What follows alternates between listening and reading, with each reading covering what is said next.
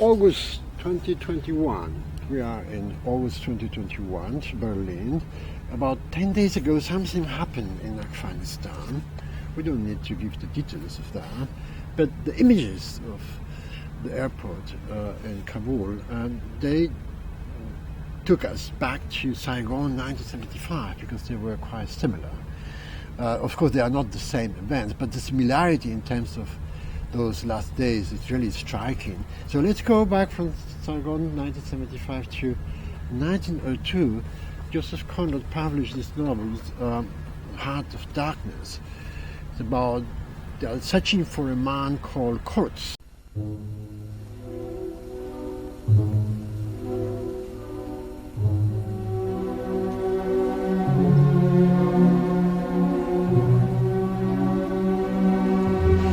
Disappeared somewhere in Africa, in Belgian Congo, the colony there. And in 1949, Graham Greene publishes a novel, The Third Man, and in that novel there is a key character called Baron Kurtz.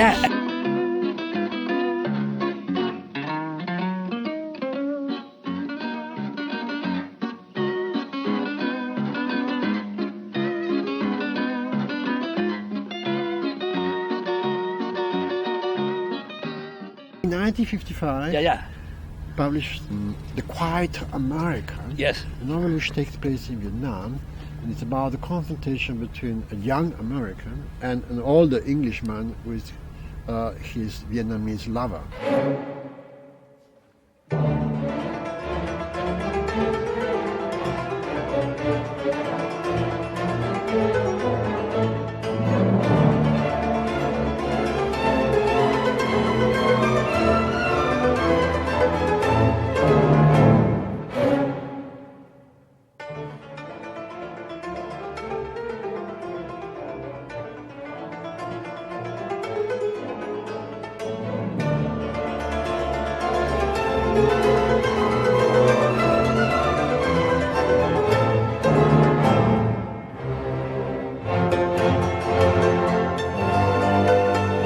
But the novel is very much a huge metaphor for many things, but among the most important thing, Graham Greene there, he said when he arrived in Vietnam, he wrote in his diary, what can the West offer here now? Is there anything the West can offer? And he said no. And he said there's going to be a debacle of the French army and then of course the American army. So 1979, Francis Ford Coppola comes and he wins the Palme d'Or at the Cannes Festival. 79, yes, exactly. Because of Apocalypse Now.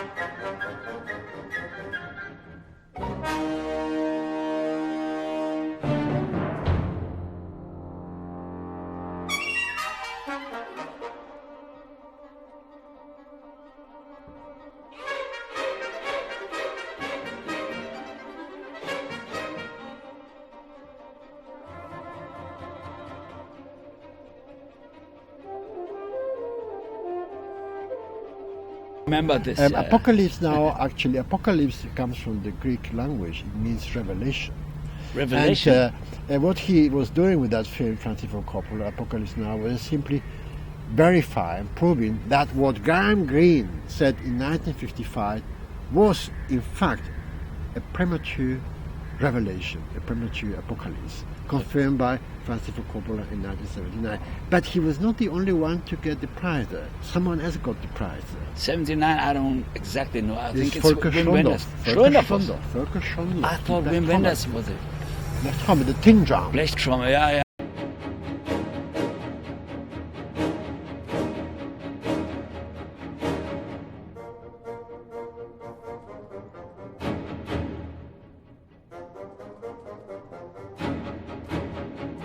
It's the novel, it's the German. I don't like the movie, but I like Schlöndorff very much. You do- Because oh, I like fine. Karasek. Schlöndorff made this thing about Billy Wilder. I like this very much. Okay. They have taught us a lot about movie, but the heart of darkness is the inspiration for Apocalypse. Now. There is another aspect of this novel, which is of Graham Greene, is that he was a Catholic writer and his books were very influential, so much that that woman who then became his mistress, Catherine Waltz, it was a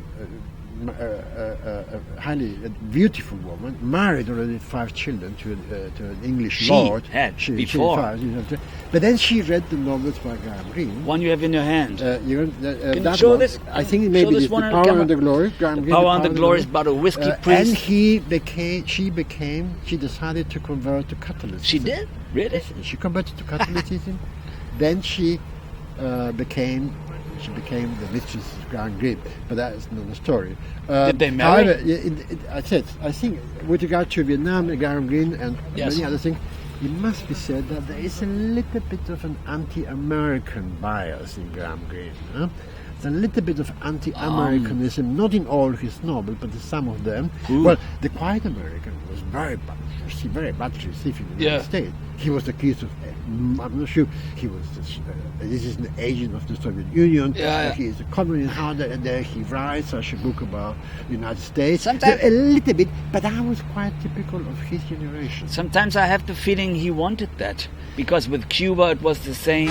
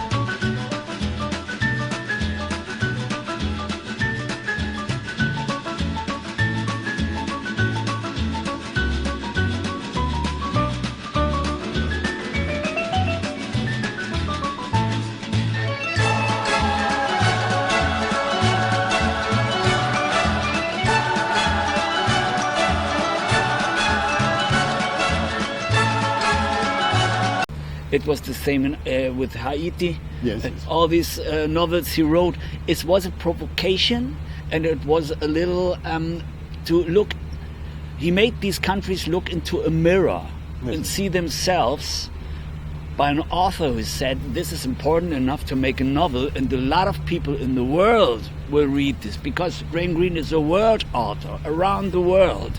Vietnam, Cuba, Africa, and wherever he went, he wrote a novel. Mexico was the whiskey priest. Okay, yes, we had this before. So you say provocation, it may be a provocation. I think also that it reflects his generation, the English generation, which grew up in the 1920s and 30s, and then for the Second World War, and they watched the decline of the British Empire. But it became more and more in the 60s. Yes. In the 60s it became more. In the 70s was discussions all the Of time. course, but they watched the decline of the British Empire, Yes. and the British Empire being overtaken by the United States Yeah, of America as that's the right. leading power in Yes. the world. So there was a little bit of a resentment. Okay, there. okay, It has okay. to be said that. Oh. But Another novel which I think is important for Graham Greene is the Burnout Case.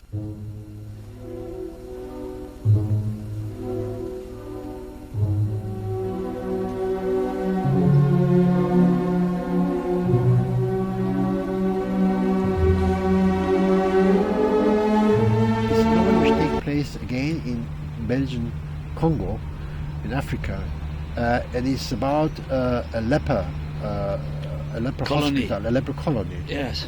Maintained actually by a Catholic mission. Ah, yeah, okay. And Graham Greene went there, visited some of the things, and decided to write a novel about. It's about European people, English people coming there. They have these personal frustrations and philosophical doubts, and they come to this colony, and then they discover all these people. It's after the Second World War. That was after the Second World. War. That was in the early late 50s, early 1960s. The late 50s. Early 1960s. And he wrote this novel, which I think is important because this is the only one of the very few novels of Graham Greene which was never filmed. Not a movie. Otto Preminger, he Yeah, bought the rights, but never actually made the film Yes. because it's a very complex novel. And he said that novel was actually kind of spiritual renewal. He realized that his personal psychological, philosophical problems were very little compared with the problem the people suffering from leprosy. You don't know that we had this theme before. Graham Greene always went in territories with danger, something like a Pulverfass, we say in German.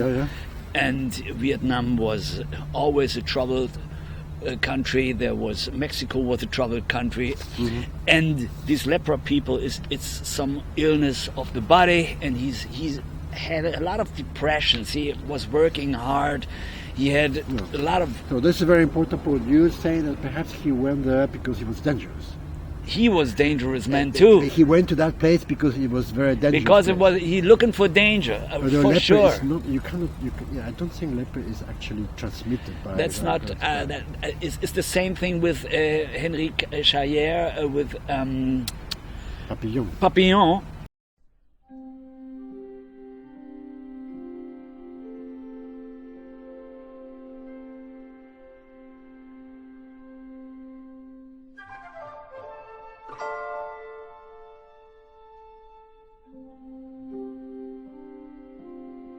It's the same thing when he's on escape. He goes to some leper colony and he drinks of the same cup, and they see how much he is courageous.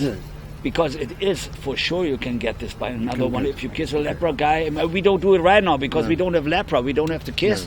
Okay, but this is the thing about it, and that means it's very courageous. But when you're at the end of your thinking philosophically, anything is no danger anymore, because Graham Greene was confronted with death a lot of time. In the Third Man, it's about death, because the guy he's looking for means to be dead. And then Joseph Cotton, he's the actor. Like most novels, Graham Greene, those who are dead are in fact still alive.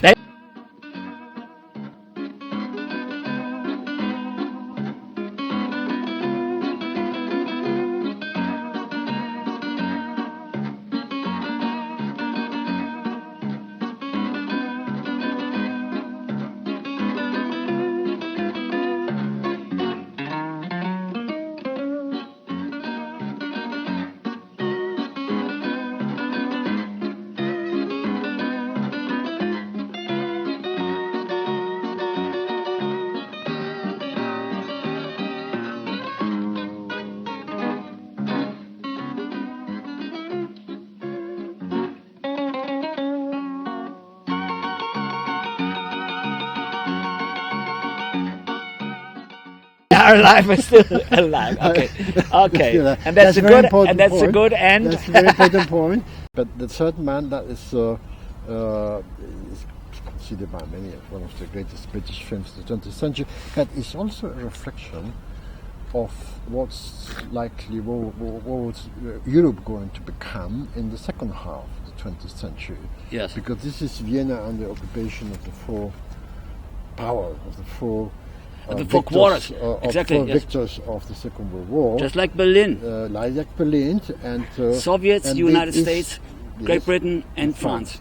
And this is what actually like Europe is going to be like over the Yes. next decades. The four powers, the four allies, victors, the four victors of the Second World War, controlling Europe and making sure that above all that Germany and Austria do not become a danger again. Graham Greene if in war, Bryce Revisited. Yeah, Jeremy Irons. Oh yeah. In the film version. Yeah, yes.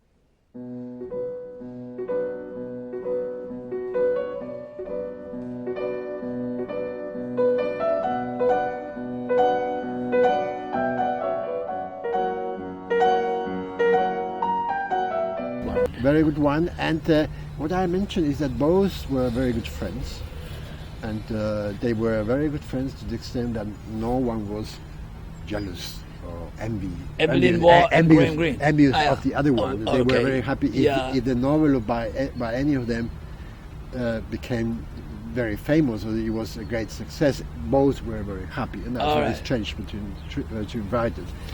But both wrote this novel. Graham Greene's Power and the Glory, If You Were, Bryce Revisited, it's a novel which deals with Catholicism.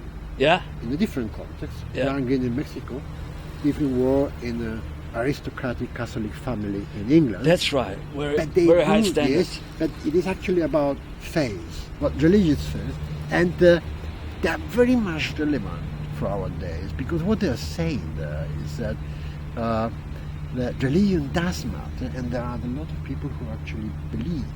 Wait a and minute. Let me just finish. Religion does matter. Does matter, and our so-called Western world is now sort of losing its soul, to some extent. Oh, Is my opinion. Okay, but these two novels are simply telling us you should not forget that religion plays a very important role in any society. We don't need to mention any other events which are taking place in other places of the world and which have to do with religion. So it is very important. I'm saying that is the main problem. Religion. The main challenge. Yes. The main challenge is the so-called Western world, if the category of the Western world is still valid, the main challenge facing the Western world is to try to find a new spiritual dimension. Okay, that's a good one. They're struggling to find a new spiritual dimension, and that's what these two novels anticipated decades ago. We don't have to share this idea, but they point out the problem. They That's do where the key problem lies. That's the huge challenge, and that's why in other places of the world, some other religions are occupying a much more important place than 30, 40 years ago. And that's the big point. We are not interested in politics here regarding this issue. But you talk about it. We are only interested in politics as an appendix to literature. What we're really interested we're really interested in literature. We leave the political discussion to others. But we're basically here interested in how these great authors sometimes anticipate events. So anyway, because I have the Catholicism in my mind because that's what he started with. That's become later. He came from a Protestant family, Anglican family. He was educated as such. Then he meets this absolutely beautiful young woman who is a Catholic, and this young woman says to him, "You are not going to touch me unless you convert to Catholicism." So he initiated the process, and he converted to Catholicism. But it was a fully there was an argument because the only way I can kiss this woman is for me becoming a Catholic.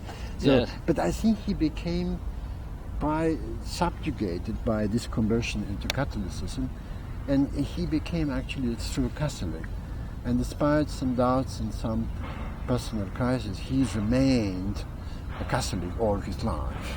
And he wrote one of those novels we both are really thankful for. Yes. With the Whiskey Priest. The Power and the Glory. The Power and the Glory is a priest who is,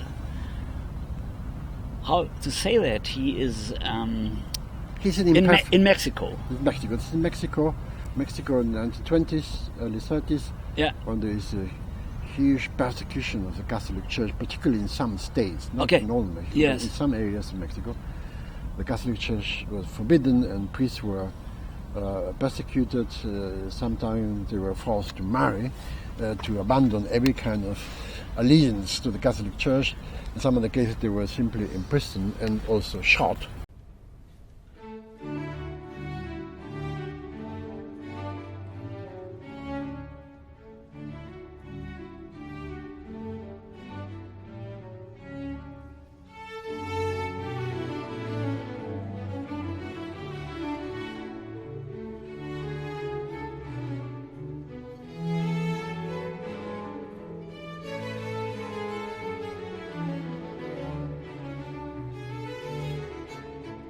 He's an imperfect man because he... Sure, he's a whiskey priest.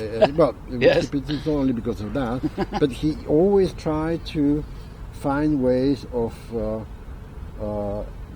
at least neutralizing his imperfections or getting rid of those imperfections. And I think the whiskey priest is also to some extent Graham Greene himself, because he was already there, not a very faithful husband. Let me say another thing. Most of the novels of Graham Greene are very short, and that's great. And all the novels seem as if he has been there. But the way Graham Greene writes is so sharp, like John le Carré, I would say. Very sharp, a little cold, but yes. sometimes funny. Yes, well, that's John le Carré is certainly learned quite a lot of things from Graham Greene. Well, not only he, John le Carré, many others. Yeah. Graham Greene is also, we mentioned Joseph Conrad. I think he has a great influence. You started with that, Heart of Darkness. Yes. Of course, Graham Greene is a sort of lighter style, and there is much more humor, much more irony. But he is always a man at the edge. He's always he was always there on the spot, like be it either Cuba or Haiti, then Africa, and then to Europe. Yeah. I think he had that tremendous ability of a writer who, with very few lines, he could create an atmosphere. Exactly. Very few simple sentences. He immediately put you in Vietnam or in Mexico or in the place where yes. he has this, some people call it the Graham Greenish ambiance, the Graham Greenish atmosphere. It's a typical thing where sometimes many contradictory and funny things are going on this, taking place at the same time, like in the Power of the Glory, that the dentist is going in the beginning, walking with a revolver, and he's someone preparing, clicking a revolver behind him, and then he goes and look at this man who cannot speak very clearly because he already taken all his teeth. All teeth were out, you know. And he was, of course, using the revolver and say, "Get me new teeth, or I'll shoot you." As I said, the novel was published in 1958. There was already talk there of the revolution coming. On the 1st of January 1959, Fidel Castro and his troops came into La Habana, the capital of Cuba, and took power. Some years afterwards, there was this huge war crisis between the Soviet Union and the United States, because the United States was accusing the Soviet Union with photos, with proof of keeping very powerful nuclear missiles on the Cuban, on the island of Cuba, directed at the United States. There was the crisis between Khrushchev and Kennedy, and many people say, "Wow, this is the beginning of the Third World War."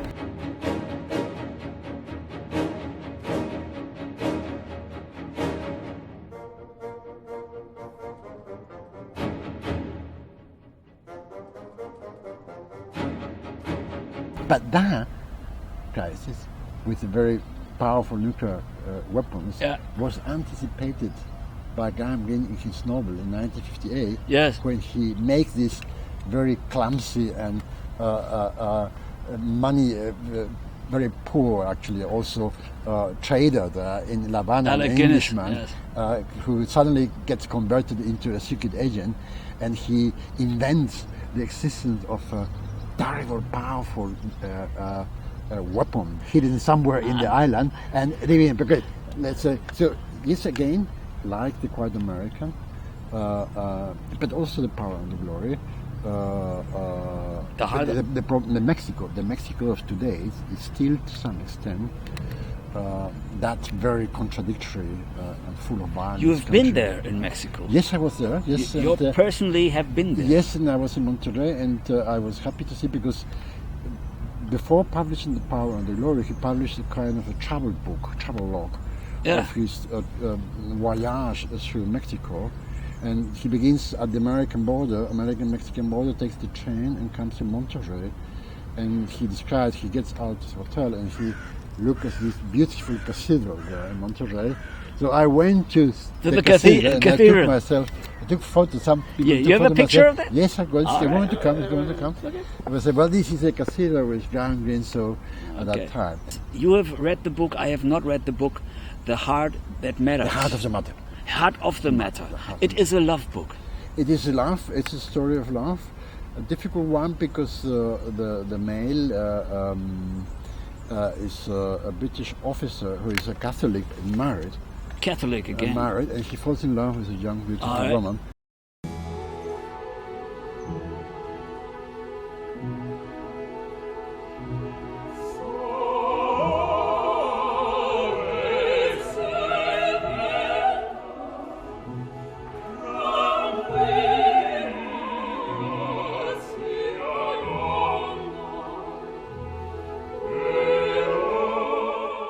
And of course that puts into contradiction all his Catholic faith and all this kind of thing. But it's a wonderful love story, and but it reflects some of the contradictions in Graham Greene's personal life itself, and that is going to be complemented, so to speak, later on by another book, The End of the Affair. Ah, yes. Which describes the end of the affair. The relationship between the adulterous relationship between a man and a woman, and which is something which Graham Greene was involved at that time, 1950s and early 1960s.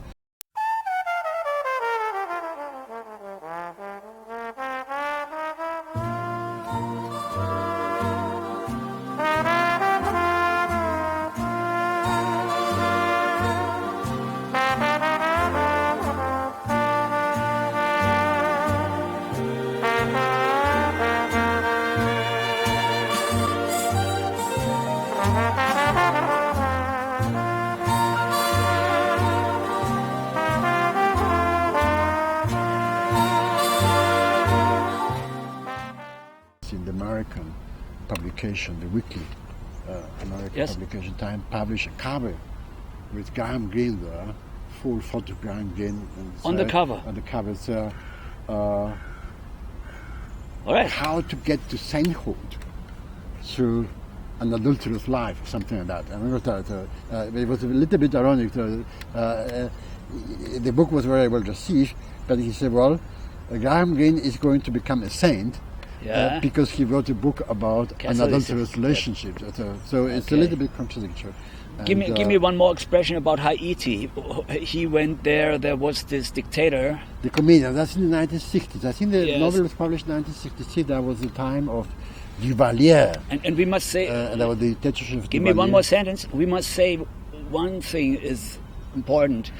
The greatest actors in the 20th century all were in the movies from Graham Greene. I think, yes. Elizabeth Taylor, Richard Burton, Alec Guinness, and Peter Ustinov. All these guys were there in the movies made Orson Welles. Probably Joseph Cotton is the other guy. Well. Yeah, he was with Hitchcock before. And in Haiti, you told me this funny story after you wrote the book, The Comedians. Yes, he wrote the novel was published, and it was, of course, was a condemnation of that terrible dictatorship at that time in Haiti by the Duvalier. Yeah.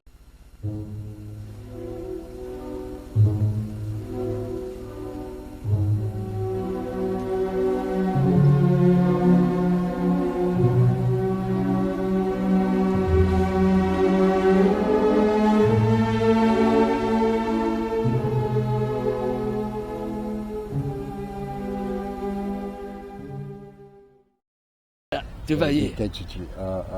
And he, I think the president of Haiti, he published afterwards a kind of a pamphlet against Graham Greene, accusing him of being a liar and all this kind of thing, and very insulting. And Graham Greene said once he read the pamphlet, well, this is probably the greatest honor I've ever received in my life.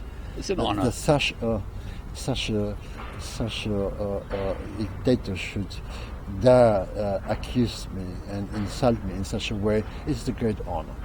And I think he was probably very happy because. But I think the Graham Greene had this.